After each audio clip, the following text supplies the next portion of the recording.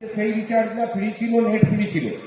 আজকে সেই রিচার্জটা কিন্তু যখন আস্তে আস্তে সমস্ত কোম্পানিগুলো কমে গেল, তখন জিও এখন 699, আবার আমরা বিএসএনএল এ ফেরার পতঞ্জলি বিএসএনএল এ ঢোকার চেষ্টা করছি।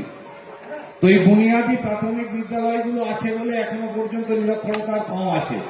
আজকে হয়তো ভাবছি 5,000 টাকা বেতনে সেন্টফোর্ড বা ফিউচারিস্টিক স্কুল বা সেন্ট জোসেফ নিয়ে গিয়ে স্কুল, ইংলিশ মিডিয়াম স্কুলে আমার বাচ্চাকে আমি নিয়ে যাচ্ছি, কিন্তু এই বাচ্চাটাকে যে ওই স্কুলে নিয়ে যাচ্ছি আজকে 5,000 টাকা আমি বহন করতে পারছি।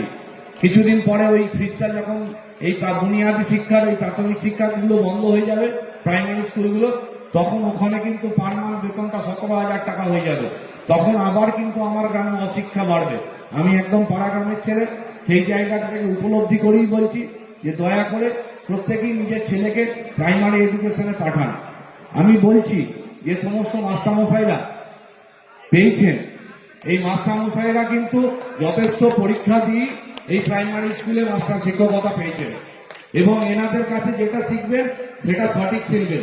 ওই 1700 টাকা দিদিমণি বা মাস্টারের কাছে গিয়ে how are you, what do you want, what are you going from, where are you coming from, এর বাইরে কয়েকটা ইংরাজি বুলি ছাড়া আপনি শিখবেন না।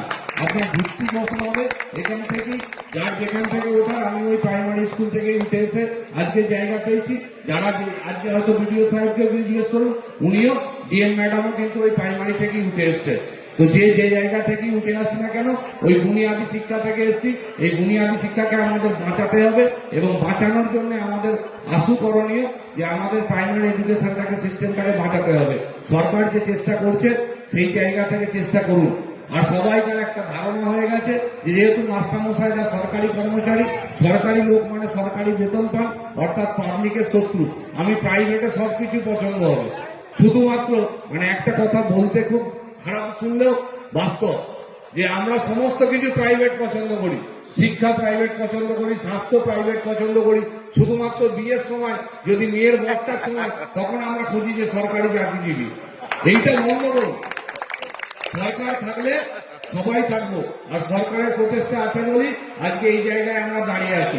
তাই অনুরোধ করব যে ছেলেদেরকে ওই ফিউচারিস্টিক স্কুলে, কেজি স্কুলে তোতা পাখির গুলি শেখাতে না পাঠিয়ে এখানে যথেষ্ট যোগ্য মাস্টারমশাই শিক্ষকরা আছেন, এনাদের কাছে পাঠান। প্রাইমারি স্কুলগুলোকে প্রাণবন্ত করে তুলুন। আগামী দিনে আমরা কিন্তু আরো উজ্জ্বল ভবিষ্যৎ এই প্রাইমারি স্কুল থেকে উঠে আসবো। ধন্যবাদ স্পোর্টস সুষ্ঠুভাবে করার জন্য মাস্টারমশাইদের এবং এসআই ম্যাডামকে আমার পক্ষ থেকে ধন্যবাদ জানিয়ে আমি আমার বক্তব্য শেষ করছি।